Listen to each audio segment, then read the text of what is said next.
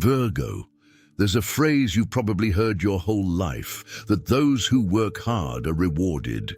You learned it early, memorized the lesson before even understanding its weight, and spent years acting as if it were absolute truth. But lately, something in that reasoning has started to crack. Because you did everything right. You fulfilled your obligations, reviewed them, and sustained what others let fall by the wayside. And yet the return didn't come in the form you expected. And that affected you in a way that no one else noticed. Virgo has a strange relationship with waiting time. It's not that you're impatient, it's the opposite. You can wait longer than any other sign of the zodiac. But there's a silent limit, an exact point where waiting stops being discipline and starts to feel like punishment. And you're close to that point now. You feel it in your body before you can name it, in a low tension in your shoulders, in a desire to give up that comes and goes, without ever really staying. There is a farmer within every virgin, someone who plants in the harshest winter, when the earth is hard and cold, and no one else would have the patience to till that soil. He doesn't plant expecting immediate results. He plants because he understands something others don't, that every good harvest is born from a period when nothing seemed to be happening. And that's exactly where your anguish lies now. You've already planted. You've already tilled the soil until your hands ached. And what you want to know, what no one has answered you yet, is when will this land finally give something back?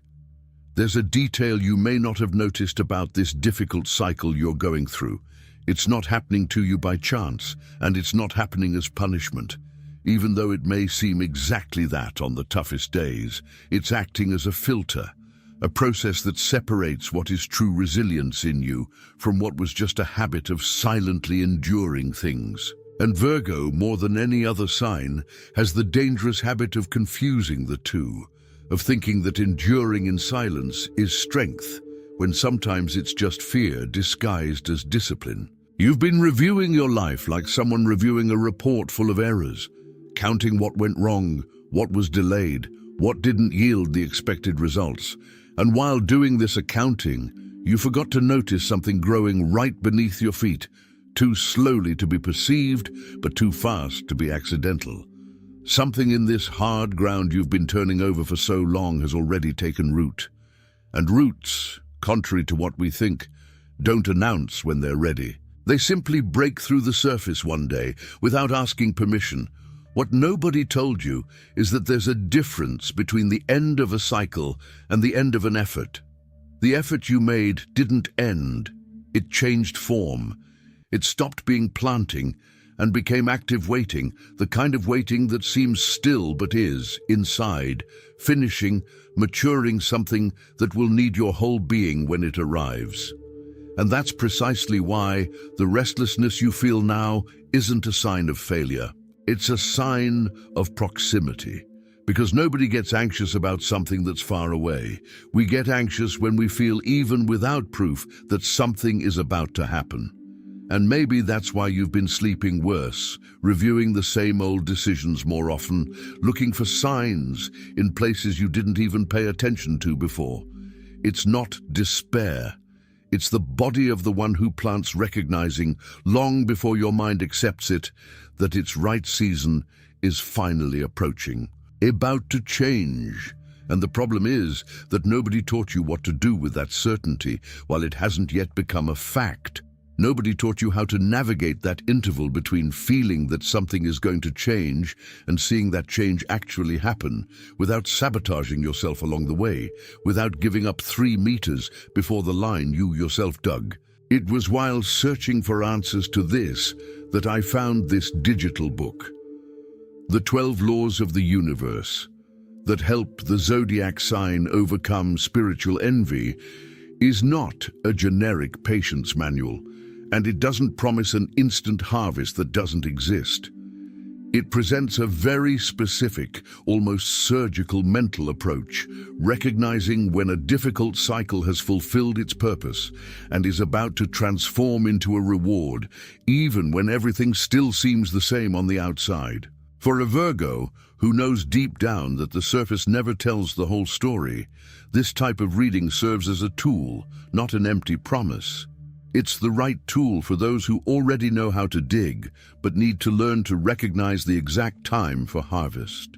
You are in this moment right now, processing, your body half restless, half hopeful, with the discomfort still palpable. And that's why acting now matters more than acting later, when the anxiety has already cooled down along with the lesson. The link is in the first pinned comment. But be aware, this content may be taken down. Click now and download your copy. And tell me in the comments below, when was the moment when you first felt that your weight was about to take a different turn? There's a minor inside every Virgo too, even though nobody usually associates you with that image. A minor doesn't trust easy shine. They distrust anything that glitters too quickly, because they've learned that real gold is usually hidden beneath layers of dull earth that most people give up sifting before the time is right. You've been sifting through this same boring earth day after day without stopping to celebrate each handful that passes through your hands without revealing anything. But the experienced miner knows something the beginner doesn't yet know. The nugget almost never appears on the first sifting, nor on the 10th. It appears precisely when exhaustion has already convinced you that there's nothing left there. And this is where a specific Virgo trap lies, confusing tiredness with a lack of results. You may be a hair's breadth away from the answer you seek, and yet feel with absolute conviction that you are digging in vain. This feeling is not a reliable sign. It is merely the natural side effect of maintaining effort for too long without visible return. The body tires before the earth finishes yielding what it holds. There's a curious thing about gold mining that few people stop to think about. The miner never knows, looking from the outside, if he's 1 meter or 100 meters from the vein. The earth seems the same at any depth. The effort seems the same in any layer. And it's precisely this uniformity that is deceiving. There's no visible sign warning almost there. There's only the daily decision to keep sifting even without any guarantee. And Virgo, who usually demands evidence before investing effort in anything, finds himself trapped in a painful contradiction. He needs to trust without proof precisely at the stage when he most wants proof to continue trusting. There's also a hidden marathon runner within your story, someone you may never have recognized in yourself because you associate marathons with running and you've never felt like someone who runs. But endurance is endurance, however it manifests. And every experienced marathon runner knows a specific part of the race, the last few kilometers, when the legs stop responding to the mind's commands and the body starts running by inertia, by muscle memory, by pure stubbornness. It's precisely at this point that most give up, not because they lack ability, but because the pain of the present moment erases the memory of everything that has already been achieved up to that point. You're at that point right now. And the question that lingers, the one you haven't even answered for yourself, is what will happen when you realize the finish line has already appeared on the horizon, just when you swore you had nothing left to give? Every long-distance running coach tells the same story to beginners.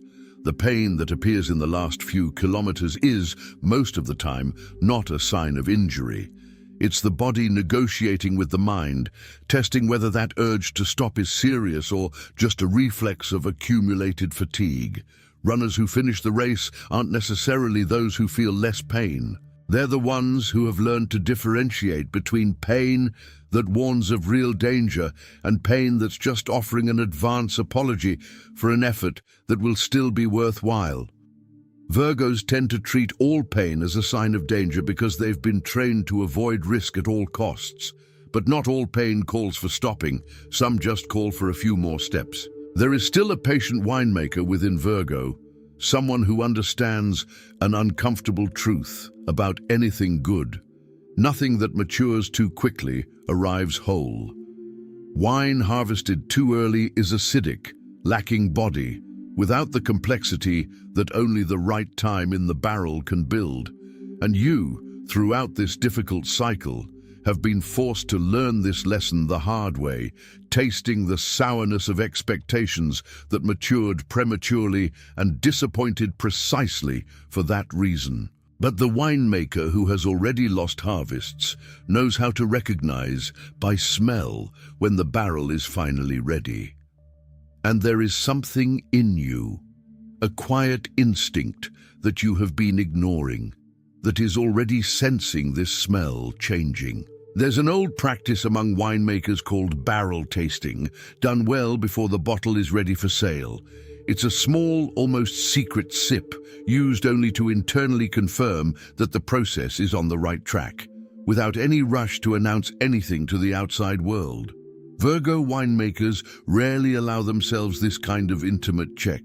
They're always looking at the final result, comparing it to what others have already harvested, forgetting to taste, from time to time, their own ongoing process. And if you were to stop now, just for a moment, to savor what's already ready inside you, perhaps you'd realize it's no longer as acidic as it was a few months ago. There's a pilot inside Virgo who's been through a turbulent flight and is now approaching landing, unable to fully relax because the memory of the jolt is still too fresh in their body. This is the most treacherous moment of any difficult journey. The instant when the worst is over, but the body's tension hasn't yet received the message. You might be flying over that very runway right now, seeing the runway lights already visible below, and yet still feeling a knot in your stomach as if the worst is yet to come. This disconnect between what has already happened and what the body still believes will happen is, perhaps, the most silently exhausting trait of being a Virgo, living prepared for a storm that's already behind us. There's a question that lingers at this exact point in the story, and it's simple, though nobody usually asks it out loud. Why is it so difficult to land, even when the sky is already clear? What if the reason wasn't fear of the end of the turbulence, but fear of discovering that, without it, you no longer know who you are? Experienced pilots have a name for this phenomenon: residual tension. It's the body continuing to operate in emergency mode even after the real emergency has ended, because the nervous system takes longer to update than the external situation takes to change. It's not a character flaw, it's just biology doing its protective job with a natural delay. Virgos tend to blame themselves for still feeling fear after the danger has passed, as if feeling belated fear were proof of weakness. But the pilot who has landed 1,000 times knows one simple thing: the hand only releases the controls completely when the body feels, and not just understands, that the ground below is safe. This fear of not recognizing oneself without the turbulence is more common than it seems. You can land the plane. What's difficult is landing the mind that has spent so much time on alert. The 12 laws of the universe that help the zodiac sign overcome spiritual envy offers precisely this insight: how to rebuild a foundation that no longer depends on the storm to make sense. Direct application for those who, like Virgo, only rest after understanding the mechanism behind their own restlessness. The link is in the first pinned comment. The last copies are running out. Click now and begin your journey towards the clarity and genius you deserve. There's a climber inside Virgo that nobody sees because all the world's attention is reserved for those who climb. Nobody films the descent. Nobody celebrates the moment when, after reaching the summit, the climber needs to return step by step along the same difficult path they climbed, only now with trembling legs and all their energy spent. And it is precisely in this stretch, on the descent, that most accidents happen. Not on the ascent, when adrenaline keeps the whole body upright. On the return, when the mind has already relaxed, thinking the work was finished at the top. You've already reached some peaks in your life, and perhaps you haven't yet realized that you're in that dangerous downhill stretch now. The moment when you've already proven to yourself what you're capable of, but you still need to make your way back down without getting hurt in the process. Nobody warned you that this part also requires strength.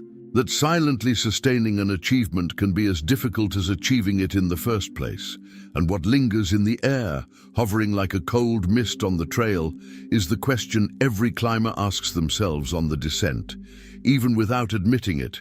Will I manage to reach the bottom in one piece, or will I leave a piece of myself trapped up there at the top? Mountain guides often repeat a rule that sounds almost counterintuitive. Descending requires more technique than ascending, because on the way up, gravity helps the body balance against the rock, and on the way down, it pulls directly in the direction of danger.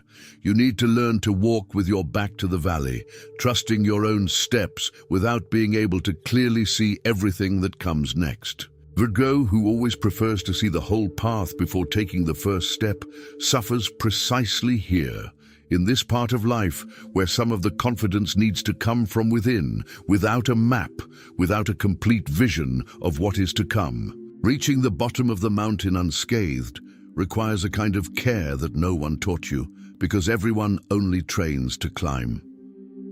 The 12 laws of the universe that help the zodiac sign. Overcome Spiritual Envy dedicates a section to this. How to protect what you've already achieved without demanding another climb before even resting at the summit. For Virgo, who tends to already be eyeing the next mountain before finishing the descent from the current one, this is the most urgent lesson of all. The last copies are running out, and this content may disappear at any moment. The link is in the first pinned comment. The last copies are running out. Click now and begin your journey towards the clarity and genius you deserve. There's a baker inside Virgo, someone who knows exactly the danger of opening the oven too early. Every novice baker has made this mistake at least once, opening the door too early just to check if it's working, and in that anxious gesture, letting all the hot air escape, causing the dough to collapse right before their eyes after hours of waiting. The experienced baker learns, usually in the most painful way possible, that there's a baking time that can't be rushed or checked halfway through. You just have to trust. You've been going through this phase of your life with your hand practically glued to the oven door, resisting the urge to open it prematurely to check if what you planted, dug, and waited for is actually thriving inside. And this urge to check isn't weakness, it's just the old fear of having invested so much time in something that might not work out. But every time you resist opening that door, something inside continues to grow uninterrupted, taking on the final form that only constant, uninterrupted heat can provide. And the question remains, one that no baker likes to answer aloud. What if the problem was never the recipe, but rather their inability to trust the time it calls for? There's a technical detail that every professional baker knows and that applies almost exactly to what you're experiencing. Bread continues to transform internally even after it comes out of the oven, in a process called resting. It's during this final period, without direct heat or any pressure, that the internal structure finishes firming up. Cutting the bread too early while it's still hot causes the dough to collapse inside, even if it looked ready on the outside minutes ago. Perhaps your difficult cycle has already come out of the oven sooner than you realized, and what remains now is no longer waiting for fire, but waiting for rest, silent, almost invisible, just a little more patience before the first cut. Trusting the oven's timing without opening the door prematurely is perhaps the most difficult spiritual skill for someone trained their entire life to control every detail of the process.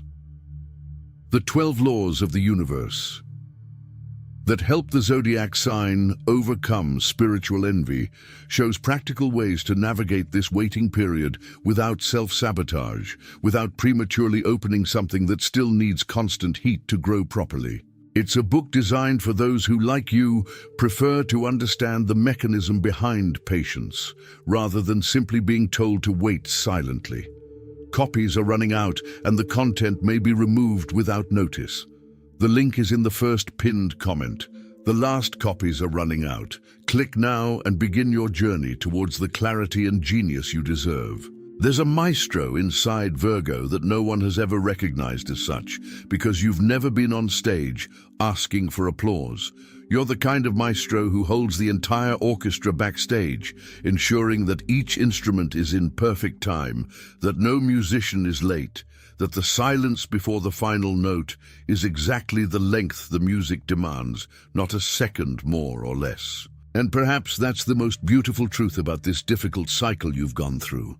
It was never about reaching the end too quickly. It was about learning to hold the right tension until the exact moment it needs to be resolved. Every great symphony has a passage similar to what you experienced, a moment when the instruments seem disconnected, playing in different time signatures, and the audience wonders if it will all work out. Only the conductor, with his whole body tense, knows that this chaos is temporary, that he is guiding everything with almost invisible patience until the moment when the voices will meet. And that's what the reward coming your way represents. Not the end of a solitary struggle, but concrete proof that you conducted correctly, even without a score, even without anyone to tell you if you were right. You held the beat until the measure was perfect. And now, finally, the entire orchestra within you is about to sound as one. Not with a bang, with the quiet beauty of someone who always knew deep down that a good harvest never makes a sound when it arrives. It simply blossoms.